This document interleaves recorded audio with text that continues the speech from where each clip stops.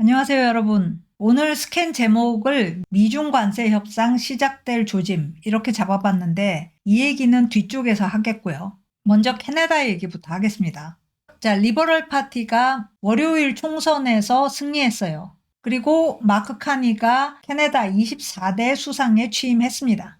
흥미로운 총선이었어요. 이번 총선의 가장 중요한 이슈가 미국으로부터 경제적으로 독립하겠다. 국가적 정체성을 공고히 하겠다. 이거였습니다. 이 이슈를 마크 카니가 들고 나왔고 덕분에 총선에서 이겼어요.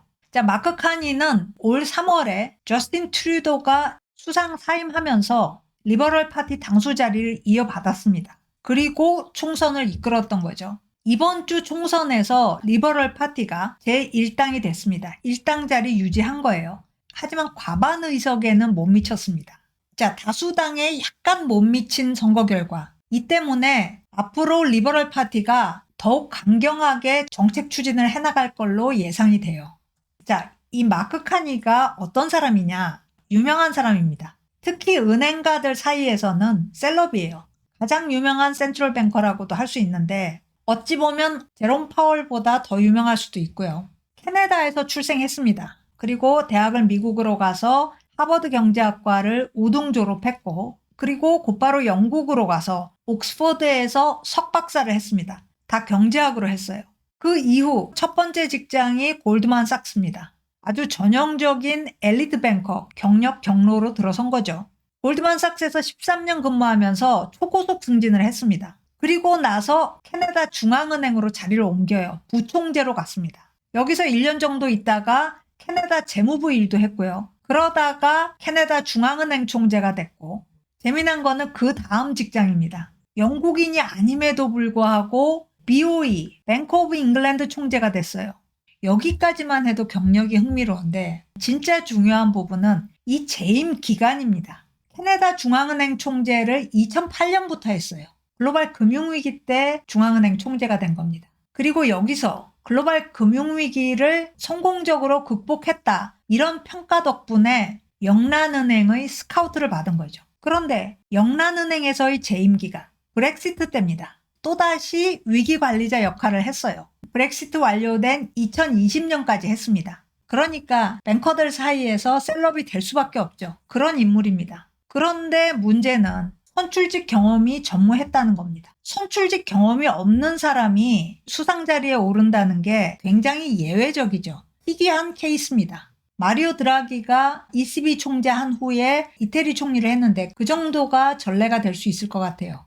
자, 마크 카니가 총선을 승리로 이끌었으니까 당연히 마크 카니가 잘했겠죠. 하지만 어쩌면 그 이상으로 리버럴 파티 승리에 기여한 사람이 있습니다. 바로 트럼프 대통령이에요. 트럼프 대통령이 캐나다에 대해서 미국에 합병되면 어떠냐 이런 제안을 날렸습니다. 캐나다인들이 당연히 분개했죠. 이게 총선 승리의 가장 큰 요인이었다. 이렇게 말해도 과언이 아닐 것 같아요.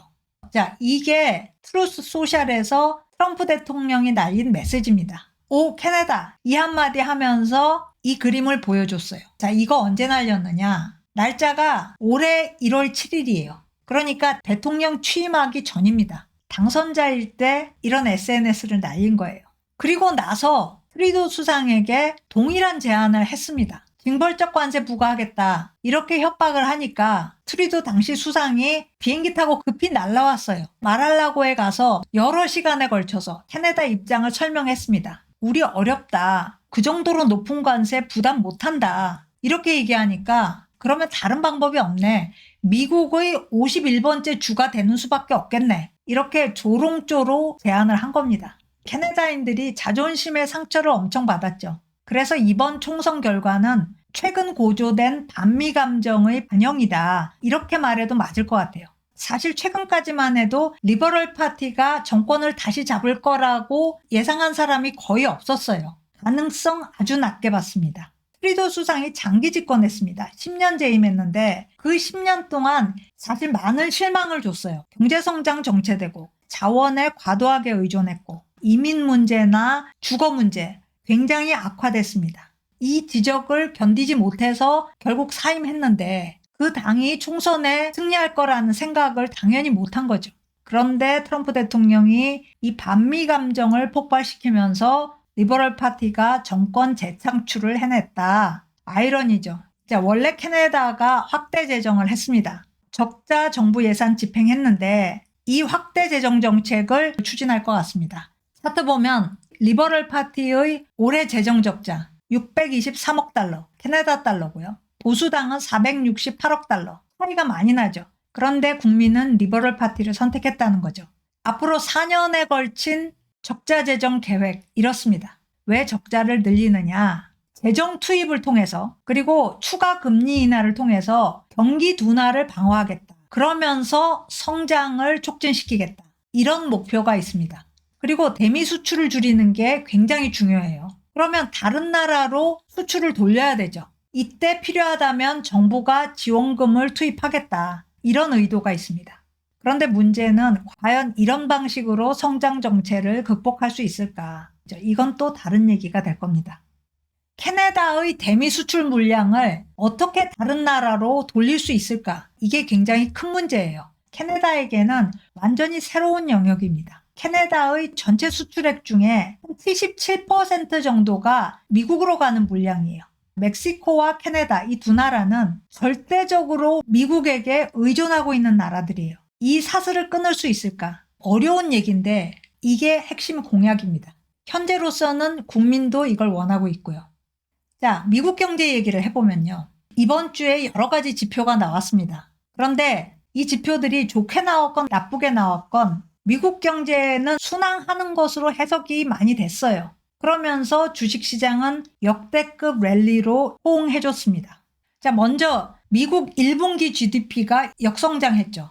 그런데 작년 1분기 대비 GDP가 줄었는데 경제에는 문제없다. 이런 평가를 했어요. 수입 급등이 원인이다. 이게 사실 맞는 말 같아요. 보통은 GDP가 줄어들면 수입도 줄어듭니다. 그런데 수입이 늘어났다? 이거는 사실 역성장이 아니다. 계산상으로 마이너스가 나온 거지만 역성장은 아니다. 이렇게 본 겁니다. 관세 피하려고 미리 땡겨서 수입한 거다. 이런 얘기고요. 자, 제조업 지수를 보면 침체 국면에 들어갔습니다. 그런데 또 이 지표에 대해서도 별로 우려할 정도는 아니다. 이런 평가를 했어요. 그래서 GDP 지표 나왔을 때나 제조업 지수 나왔을 때나 주가는 다 올랐습니다. 그리고 금요일에 4월 일자리 순증 규모 나왔는데 이건 좋게 나왔어요. 17만 7천 개. 3월에 비해서는 약간 감소했지만 예상치는 크게 넘어섰습니다. 경기 침체 아니라는 거죠. 경기 침체 아니라고 하면 문제가 있죠. 연준이 금리 인하 안 할 가능성이 높아져요. 그래서 6월 FOMC에서 연준이 금리 인하할 가능성이 줄어들었어요. 패드워치에 따르면 인하 가능성 60%에서 금요일에 40%로 내려앉았습니다. 20%포인트가 하락했어요. 크게 하락했죠. 그런데도 주가는 올랐다. 그래서 S&P 500이 9일 연속 상승했습니다. 21년 내에 최장기 연속 상승 기록입니다. 그래서 이번 주 주식시장은 4월 2일 소위 해방의 날 이전 수준을 회복했습니다. 주식뿐만 아니라 투기성 자산들, 암호화폐 급등했습니다. 비트코인 다시 10만 달러를 눈앞에 두고 있어요. 자, 그러면 의문이 생기죠. 관세 불확실성은 계속되고 있는데 왜 주가가 오르나? 이 질문이 이번 주 내내 나왔습니다. 그런데 시원한 답이 없어요. 중력에 저항하는 반등이다. 미스테리다. 이런 얘기 많이 나왔습니다. 그런데도 답은 내놔야 되는 거죠. 분석가들이니까. 어떤 얘기들이 나왔나 보면 상호관세 유예로 인한 안도랠리 이게 계속되고 있는 거다. 계속될 뿐만 아니라 시간이 갈수록 관세 충격이 희미해지고 있다. 그래서 주식시장은 관세에 대해서 신경 안 쓰고 올라갈 수 있었다. 이런 얘기입니다. 또 관세 협상 결과가 곧 나올 거다. 이 얘기가 거의 하루 걸러 한 번씩 나왔습니다. 그리고 이번 주에는 첫 번째 협상 타결이 견본이 될 거다. 그래서 첫 번째 나라가 타결이 되면 그 다음부터는 아주 쉽고 빠르게 타결이 될 거다. 지금 시장은 이렇게 예상을 하고 있어요. 나아가서 중국과의 대결 국면도 오래가지 못할 거다. 해소될 거다. 이렇게 판단을 하고 있는 거죠. 불확실성이 해소될 거다. 이런 얘기입니다. 따라서 이 관세 논란이 초기 비용을 많이 발생시키기는 했지만 결국은 관세 전쟁을 통해서 미국은 더 부유해질 거라는 기대가 은근히 확산되고 있어요. 자, 그렇게 되면 어떻게 될 것이냐? 다시 기술이 주도하는 시장으로 복귀할 거다. 관세가 주도하는 시장이 아니라 기술이 주도하는 시장. 그래서 매그니피센트 세븐이 다시 지수 상승을 주도한 겁니다. 특히 이번 주에는 마이크로소프트와 메타의 실적이 좋았어요. 이 두 회사가 AI 횃불을 들고 전진할 것이다. 시장이 환호했죠. 거기다가 PCE 물가지수 낮게 나왔습니다. 3월치죠. 월간 인플레가 0%대로 나왔습니다. 인플레 제압에 성공했다. 금리 인하로 갈 거다. 이런 분위기 있었고요. 그렇게 되면 값싼 돈은 계속 든다. 거기다가 회사채 발행이 이번 주에 역대급으로 많았습니다. 적자 기업들도 회사채 많이 발행했어요. 이 돈이 다 시중으로 흘러들어가겠죠. 그리고 일본은행이 금리 동결했습니다. 그렇다면 엔캐리 자금이 미국에 계속 남지 않겠느냐. 여러 가지로 시장에 우호적인 그런 일들이 많았어요. 그래서 전반적으로 미국 경제에 대한 낙관론이 확산됐고 이 낙관론이 관세 불확실성을 이겼다. 이렇게 말할 수 있을 것 같습니다. 자, 그렇다면 불안 요인이 없느냐? 그건 아니죠. 첫 번째, 이 관세 전쟁에 대해서 낙관하기는 아직 이르다. 이런 얘기 많습니다. 관세가 올라갈 것이냐 내려갈 것이냐 우리가 그것도 모른다. 그리고 상대 국가가 미국 압력에 굴복해서 관세를 낮출 것이냐 아니면 보복 관세로 대응할 것이냐 이것도 사실은 아직 몰라요. 불안 요인입니다. 그리고요. 중국이 지금의 상황을 기회로 여길 가능성이 있습니다. 이번 기회에 중국이 글로벌 무역 파트너들과의 관계를 공고히 할 것이다. 무역의 새 판을 짤 것이다. 나아가서 파워게임의 리셋을 도모할 것이다. 이런 얘기가 많이 나옵니다. 실제로 중국이 그렇게 하고 있고요. 자, 그리고 또 하나. 다음 달에 금리를 동결할 가능성이 높아졌습니다. 그런데 이게 이번 주 주가에는 반영되지 않았어요. 주가는 올랐단 말이죠. 이게 불안 요인이 되는 거죠. 자, 그리고요. 미국 경제가 진짜 잘 가고 있는 거 맞나? 이걸 사실 확신할 수가 없습니다. 데이터마다 다른 얘기를 하고 있어요. 소프트 데이터는 미국 경제 수십 년 내에 최악으로 갈 거다. 이렇게 얘기하고 있고 반면에 하드 데이터는 상대적으로 양호합니다. 어떤 데이터를 보느냐에 따라서 현재 미국 경제에 대한 판단이 굉장히 달라질 수 있어요. 그래서 시장은 상승했지만 시장의 저변은 여전히 불안합니다. 분석가들 중에 시장 상승이 곧 멈출 거다, 하락 전환할 거다 이런 예상을 내놓은 사람이 많았는데 이 하락이 지금까지 일어나고 있지 않아요. 그러니까 이번 주에는 이런 식으로 얘기를 하고 있습니다. 앞에 절벽이 기다리고 있는데 그래도 경주를 멈추지 않는다는 거죠. 자, 금융 스트레스가 고점 대비 하락했습니다. 그런데 여전히 높아요. 그리고 가장 우려되는 부분, 달러와 국채 수익률 간의 괴리. 이게 비슷하게 가야 되는데 최근에 그러지 않았습니다. 이 괴리가 가장 컸을 때보다는 좀 줄었어요. 하지만 지금도 심각한 정도입니다. 그래서 시장의 저변은 여전히 불안하다. 이런 평가가 나오고 있고요. 자, 그렇다면 앞으로는 어떨까? 지수 계속 상승할까? 판단하기 쉽지 않죠. 그런데 간단히 보면 Forward PE ratio, 1년 후의 주가 수익 비율이 22 정도에 와 있습니다. 여기에요. Forward PE ratio를 보면 고점에서 많이 내려와 있어요. 2000년부터 쭉 봤을 때 지금 현재 수준이 그렇게 높지 않아요. 그래서 적정 수준이라는 말이 나오죠. 근데 여기서 적정하다는 것의 의미가 뭔가? 이게 적정하려면 분모인 기업 실적이 계속 커져야 합니다. 그럴 때 PE 레이쇼가 낮아지고 주가가 상승할 수 있는 여력이 생기는 거죠. 미국 기업의 실적은 최근 수년간 계속 올라갔어요. 그래서 기업 실적은 올라가는 거다. 가정이 당위적인 전제가 돼버렸어요. 그래서 적정 수준이라고 얘기를 하는 겁니다.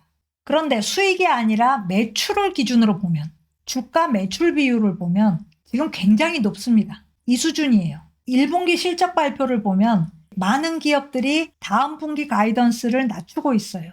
이런 상황에서 1년 후 주가 수익 비율이 현재 높지 않다. 주가 상승 여력 충분하다. 이렇게 단언하기는 어렵다는 거죠.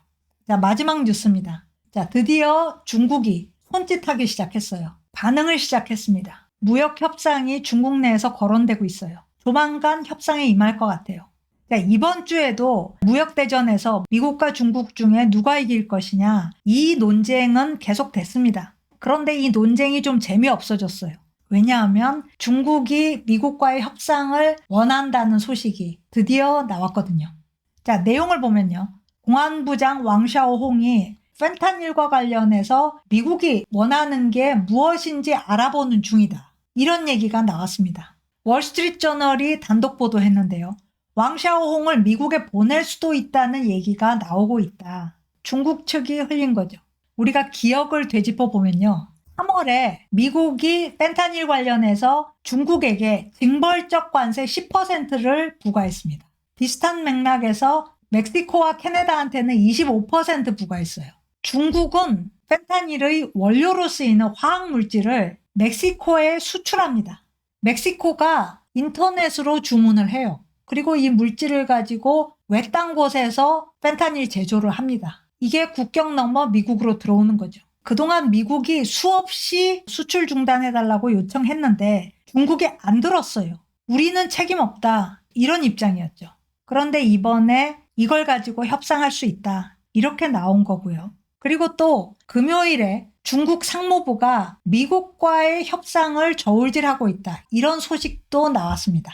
중국 상무부는 미국이 반복적으로 협상 요청을 하는데 이걸 분석하고 있다. 미국 측의 성실한 태도를 기대한다. 이렇게 얘기를 했다고 해요. 이게 굉장히 큰 변화입니다. 그동안은 미국이 일방적인 관세, 145% 관세를 철회하지 않으면 협상에 임하지 않겠다. 이게 중국의 공식적인 입장이었잖아요. 그런데 이걸 바꾼 거예요. 내부적으로 상당한 진전이 있는 거죠. 자, 재미난 게 금요일에 대만 달러가 급등했어요. 3% 이상 올랐습니다. 왜 갑자기 이렇게 급등했지? 근데 이게 중국이 무역 협상 가능성을 검토하고 있다. 이런 소식 나오면서 급등했어요. 이 두 가지 사건이 연결되는 건가? 사실 미국과 중국이 무역 전쟁을 하면 제일 힘들어지는 나라가 대만입니다. 근데 긴장이 완화된다는 소식이 나오면 대만한테는 좋은 거죠. 어쨌든 1988년 대만 민주화 이래 하루 최대 상승폭 기록했습니다. 그런데 다른 이유가 있을 수도 있어요. 대만이 최근 들어서 금융강국으로 등극했어요. 지금 대만이 보유하고 있는 해외 자산이 1.7조 달러입니다. 반도체에서 번 돈으로 해외 자산을 많이 샀어요. 그리고 그 대부분이 미국 국채입니다. 그런데 미국 달러 하락했는데도 대만 국내 금융기관들은 그냥 손 놓고 있다가 금요일에 달러 해칭에 들어갔을 수 있다. 그래서 대만 달러 오른 거다. 이런 얘기도 있습니다. 그런데 같은 날 한국 원화도 상승했어요. 대만 달러만큼은 아니지만 상당히 크게 상승했습니다. 다른 통화는 별로 안 올랐어요. 일본 엔화는 약간 하락했습니다. 금리 동결하면서 엔화도 하락했어요. 어쨌든 관세전쟁 이후 처음으로 중국이 협상할 생각이 있다. 이런 얘기가 나온 한 주였습니다. 다음 주를 기대해 봐야죠. 자, 오늘 스캔 여기까지입니다. 고맙습니다.